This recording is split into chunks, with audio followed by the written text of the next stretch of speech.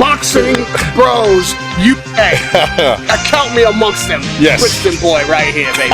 Hello everybody, this is Boxing Bros UK here. I am a Hister Boss Chris. We've got a special guest today. Adam, the boxing show, my boxing cousin from America. He's on Boxing Bros UK. How you doing, brother? Thanks for coming on, man. I really appreciate it. Look, I'm trying to rep the UK a little bit. I got my Arsenal hat on right now. Oh, he's a gooner. He's a gooner. Just want to say a little bit about your channel, like your platforms and that. Tell a bit about yourself before we start. You know, two twin brothers from Washington, D.C., man. That's the capital of the United States. For those who don't know, man. Just real big boxing fans, man.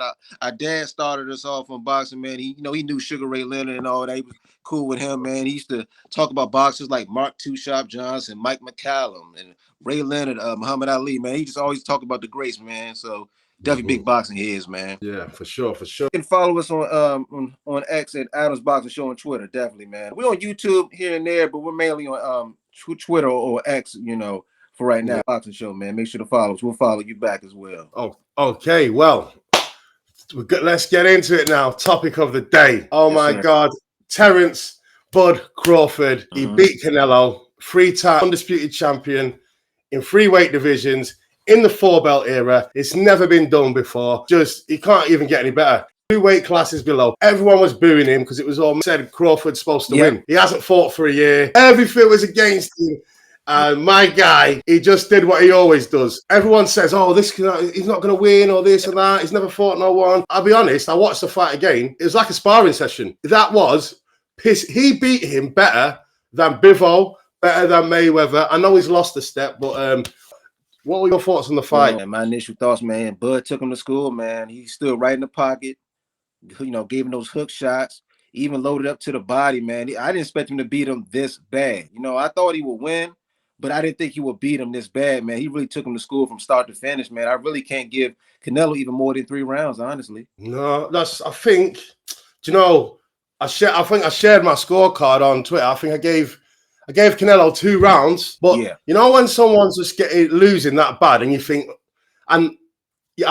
oh, I'll give him a round because they're doing so bad because they really tried that round. And really, if you look at it properly, you shouldn't have really given it to them. You're just doing it because you feel sorry for him. You're not doing it because it's the right thing to do. Sympathy round. Yeah, exactly that. So I was just like, oh, but I just didn't think it was going to be that easy. But if you look at his career, this is exactly what we said when he fought Errol Spence. And then you've got all these haters. Oh, he's not been the same since the car crash. But what are you talking about? He come out, he beat Mikey Garcia. He was the same since the car crash. Of course he fucking was. And I hate boxing fans sometimes because you've got to give him his flowers. Give TC his flowers. You can't be chatting all that shit. What you see, Chris, excuses are not made until after the fight. They wasn't saying that going in. But now you want to say because you don't like the result, or maybe you lost money on it. You know what I'm saying? So, boxing fans are very fickle. It's just as well, you've got people who aren't objective. And they think Canelo's great and all this kind of thing. There'll be people on there going, "Oh, that was a robbery." This is all shit, but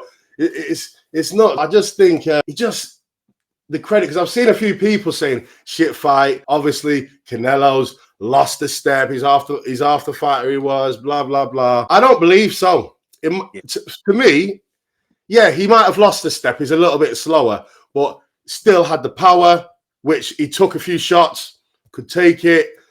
Still has got his brain, IQ and all that to navigate, cut the ring off and all that. But Crawford negated everything. Anytime Canelo was coming forward, timed him coming in, combinations on the back foot. Anytime Canelo threw, he threw with him. And then anytime he thought he was getting on top of him, danced out the way, moved out the way, moved around, stalled a bit of time, like really time management of the rounds as well. He was making his space. And another thing, he didn't fall for none of Canelo's feints. So it's not that Canelo has lost a bit of speed. That's it. But Crawford was just that good that his IQ, it's like, in chess, 3 moves ahead. Crawford was 3 moves ahead with him every single round. Whatever Canelo was planning, Crawford was ahead. He had Canelo's timing down perfect, man. And the thing is, a lot of the flaws that Canelo showed in that fight, he been showing that. So it's just nothing new. So, I don't get it, man. To me, I'm not really with the excuses, man. He's already been. I think he's been looking bad, honestly, the last probably 5-6 fights. He's been looking bad for years, honestly. He hasn't knocked anyone out for years, and like he's been cherry picking. Yes. And what I said in my preview video, this is a cherry pick gone wrong for Canelo. Yeah. Because he's on the slide, so everyone's moaning because I'm bringing up light middleweights or whatever to fight me. So how can I get credit for a good win, but make it in my favor so that I can probably definitely win? Let me bring up Crawford, undisputed champion, 2 weight classes below. Everyone will give me credit if I beat him because he's a great, and on paper it looks good. But it didn't. It went wrong. That cherry pick went wrong for him, and he lost. He got his ass handed to him, really. I'm gonna tell you one big flaw Canelo came in the fight with. He throws one punch at a time, and you cannot do that with Bud Crawford. He throws Canelo throws no combinations at all. Another thing with that as well, I believe he was scared because he's not got a high output anyway. So he was thinking, if I throw combinations, I'm going to get countered. Because he's thinking, I'm going to get countered. He's too fast. Because if I throw a combination, I'm going to get countered back worse. And that's what Crawford kept doing. If you hit me once, I'm going to hit you twice. I'm going to hit you 3 times. And it wasn't the most exciting fight, but the performance, the professionalism, the discipline. You know, he caught Canelo and he didn't go greedy, just reset. Okay, I've won that exchange. Sublime. It was a masterclass. He stayed disciplined the whole way through. And once he really felt Canelo's power, and this all you got. It's kind of like the Spence fight. This all you got? I thought you hit harder than this. He even said that in the post fight. So once he felt Canelo's power, he knew Canelo couldn't do nothing with him. He stood right in that pocket and just took it to him. Yeah, and to be fair, I said in the first round, we'll know if I'll know if Crawford's going to win. If Crawford can take Canelo's power, it's over. Because Crawford has got so many tools in his arsenal. Because like you say, Canelo, he's not this amazing. Canelo is a great fighter. Yes. Really good wins, but very selective matchmaking. He took what Floyd did at the end of his career. Canelo did it in the middle. The right fights at the right time. Bringing people up. Oh, don't fight Golovkin yet because he's not old enough. Let me vacate that belt. I'll move up to super middleweight or what. No, he moved back down to light middleweight, didn't he? To fight Liam Smith. Then he moved back up.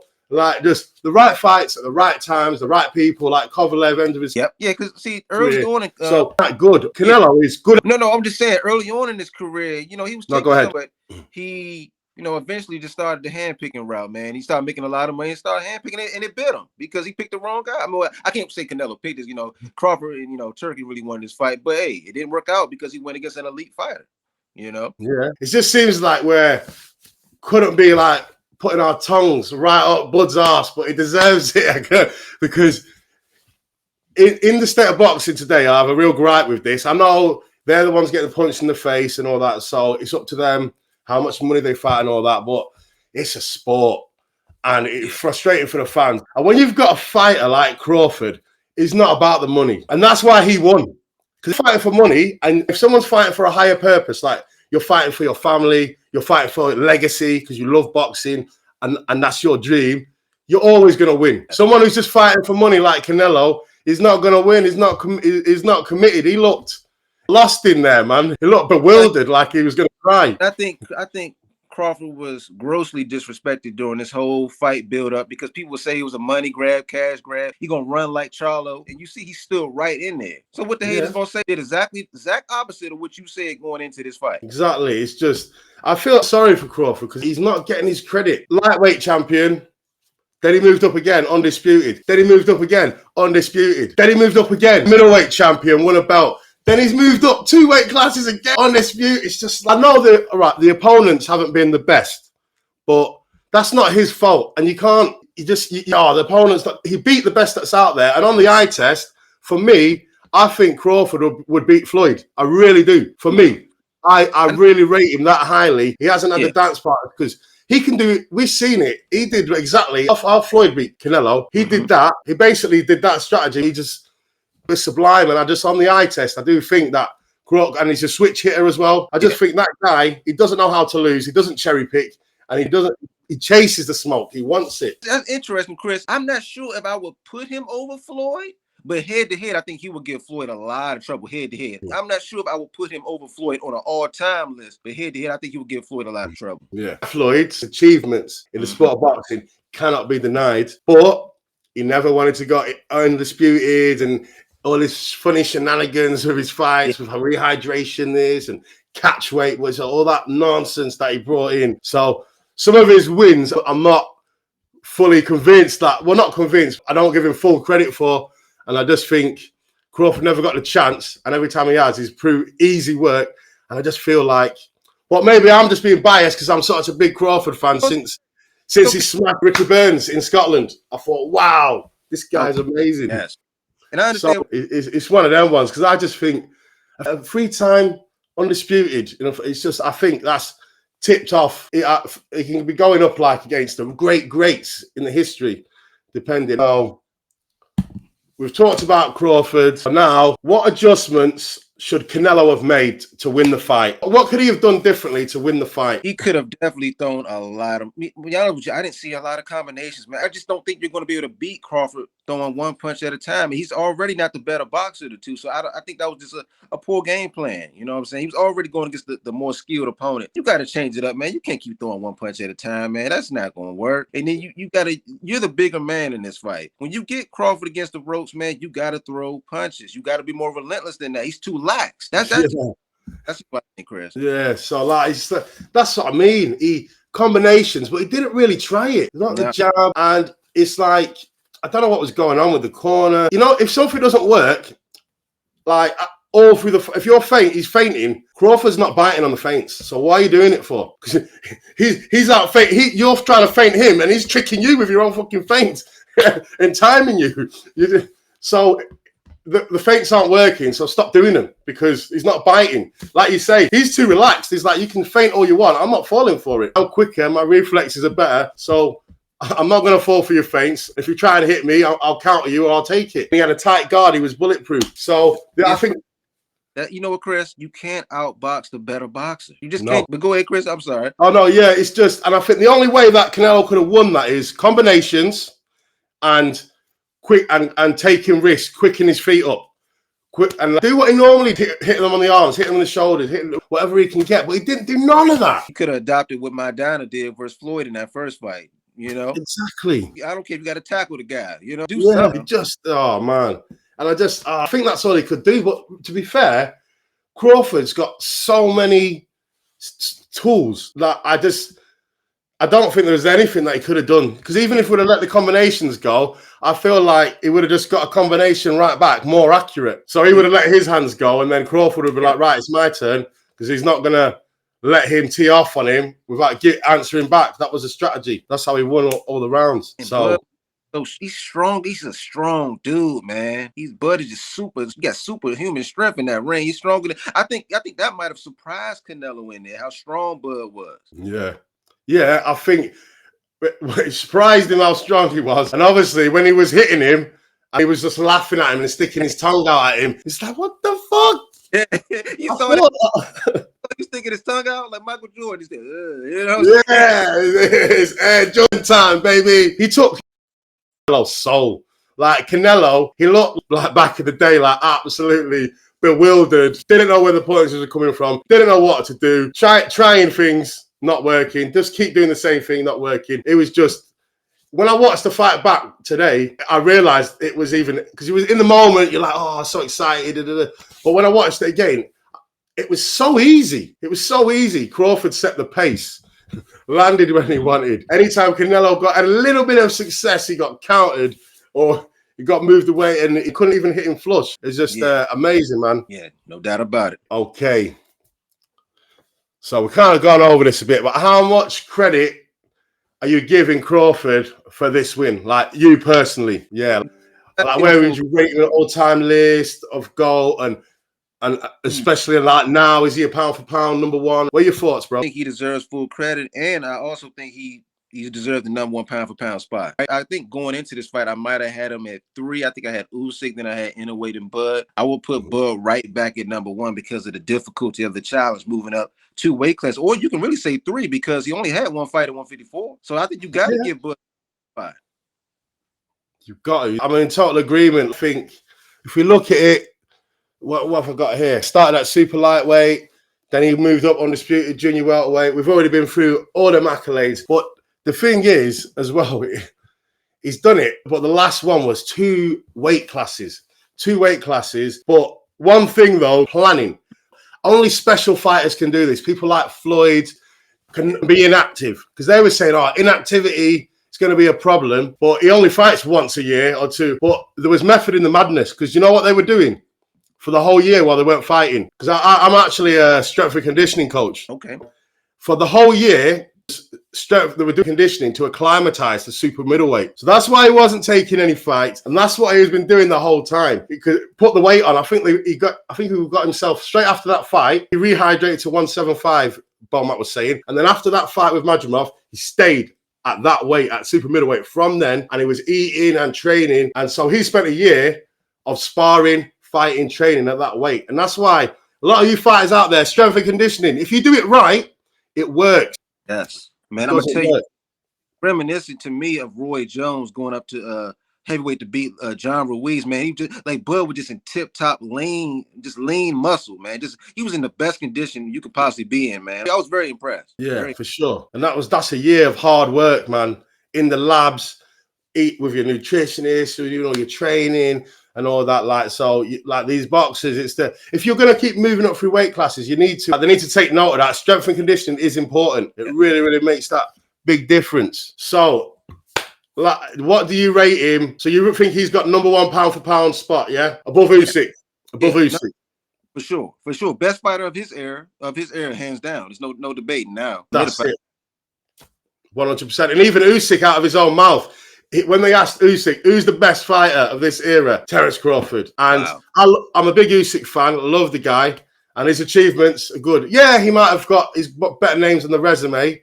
But Crawford did what he did 3 times. And he did it 2 weight classes above. Yeah. You can say what you want. Canelo is still Canelo. He still hits like a fucking mule. Last time, normally when he brings these guys up from the lower weight divisions, he fractures their eye socket, he takes their soul, he fucks them up. And he couldn't do it to TC because you don't know how that guy don't know how to lose. So all-time great. So I'd say, where would you put him in your all-time great list? Where would you rate him in a pound for pound list, like greatest of all time? Greatest of all time. I think he deserves. I would put him hands down top 35. Yeah, of course, because there's so many. All right. You know what I'm saying? There's so many boxes. I'll put it a different way. So we've got Pacquiao. Okay. Right. Think his career, eight weight divisions, whatever. Mayweather, Sugar Shane Mosley. Think about all those guys, like comparing with them, like where do you put him against them guys? I can do the best. Okay, let's say the best fighters of the last 20 years, right? I think I posted a list of this about a few months ago. I would put him definitely top 5 of the last 25. Well, we do 20 years since 2005. I might have him slided behind Floyd, maybe behind Pacquiao, maybe if 3, maybe behind Pacquiao and Floyd. That's fair enough. Fair enough. I might switch it later, but just off immediate, I would definitely have him behind Floyd and maybe Pacquiao. It's the thing. It's on the eye test, because it's hard on the eye test, you can say, 50-50 fights with any of them on the eye test, but they haven't actually fought. They never will. So then on achievements, it's a balanced scale. Yeah, he's got better achievements, but he hasn't fought as many Hall of Famers and tough fights and signature like legacy fights as Floyd had. So it's really, you can't fault. He first became Money Mayweather and he got, respect. Ricky Hatton, God bless you, we love you. Manchester's favourite son. Sorry, passed away.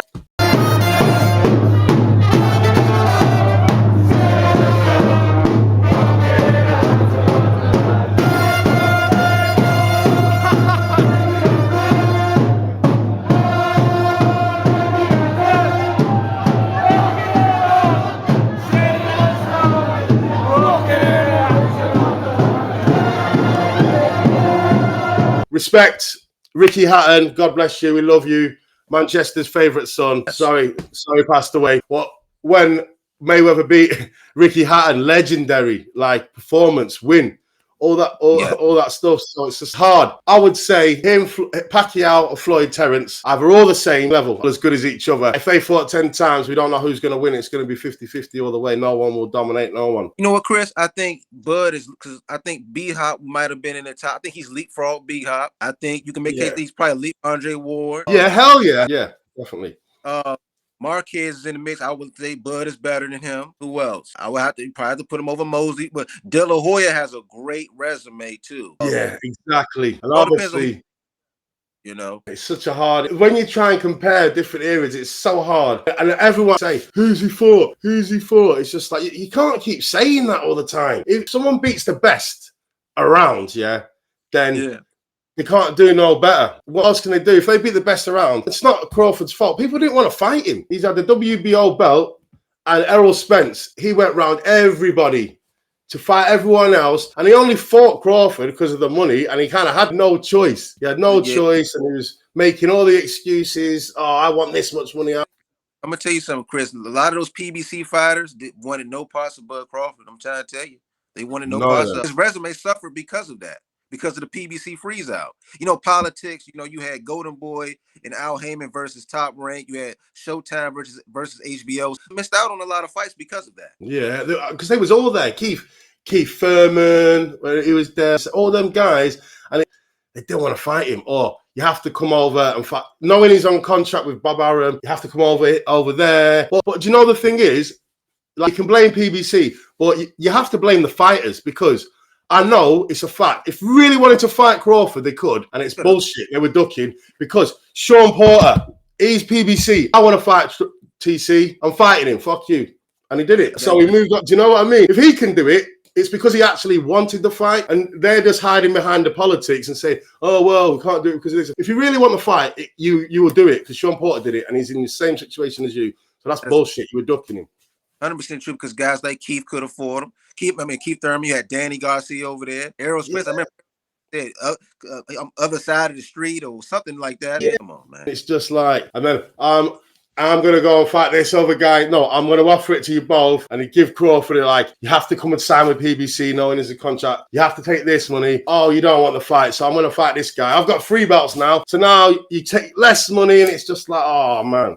Always something. The best thing about Crawford is, he did it his way. He didn't sell his soul for the bag.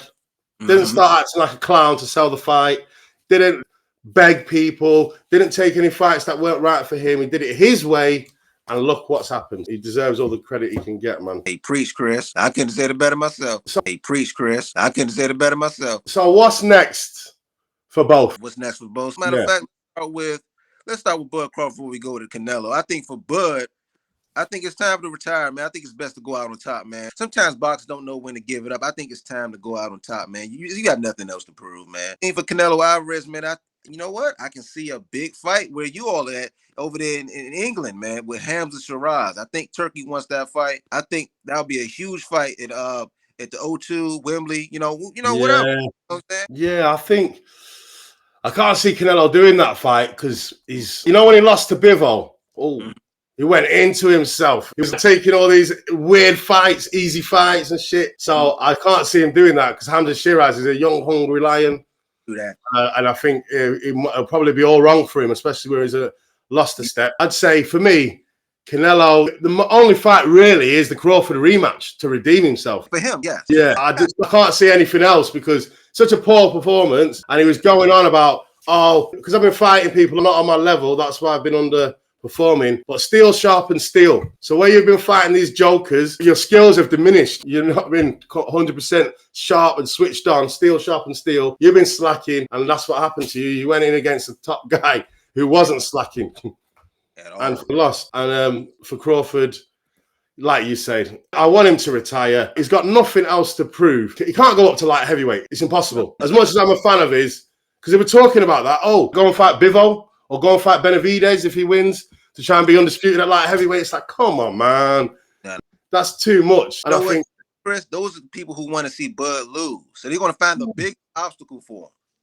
That's like, it's just too much, man. For TC, like, There's nothing to prove. And super middleweight division, yeah, take Canelo out of the equation. Who is there? The Skull. I don't want to see that guy ever box again. I don't want to see that guy ever box again. I say I'm not watching that fight. I'll never watch one of his fights again. Any fight that he's thinking, I'm turning it off. So, and he was the champ, but there's just no big money fights. There's no big names.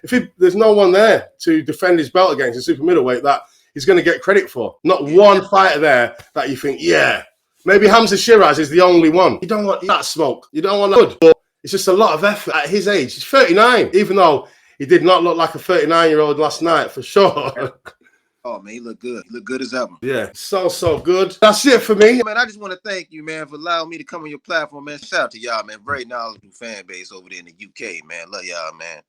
You know. Oh, thank you for being one of the good American boxing fans who's normal, who can be objective. And I find it's so hard, like, no offense to you, like, what a lot of the Americans, some of the boxing fans, like, they don't understand boxing and they're just really agenda orientated, you know? It's really hard to find fans like yourself who are just like normal, who look at things objectively, you know? Like, oh, if he lost, thingy, you just have to like just tell the truth whether you're a fan or not. Like some people, they're just like, what was it, Lions Den boxing community? Whatever crazy people. What the fuck is over there? It's like, what's wrong? I just think, and they're moaning about Turkey Al Sheikh, oh, PBC. Like, I'm a fan of boxing, so when the best fights are being made, I'm happy with that. What's wrong with that? And they're like saying, "Oh, it's this, it's bad. Turkey Al Sheikh's a child fucking. He's a child sweat." It's like, wow, I just want to watch boxing. I don't want all that politics shit. You know? Not enough real boxing fans. Too much tribalism. Promotional fan base. You're a fan of a promotional company? Like, I don't understand it. You know? Not enough real boxing fans. Too much tribalism. Promotional fan base. You're a fan of a promotional company? I don't understand that. Yeah. So I appreciate you, man. Boxing cousin Adam, like his channel. I'm gonna put his YouTube and his handles in my description. Check him out. Shout out to Boxing Bros UK, man. I love the UK, man. Y'all some of the best fans that I've talked to, man. Boxing Bros UK, we're out. Like and subscribe, and thank you for coming on.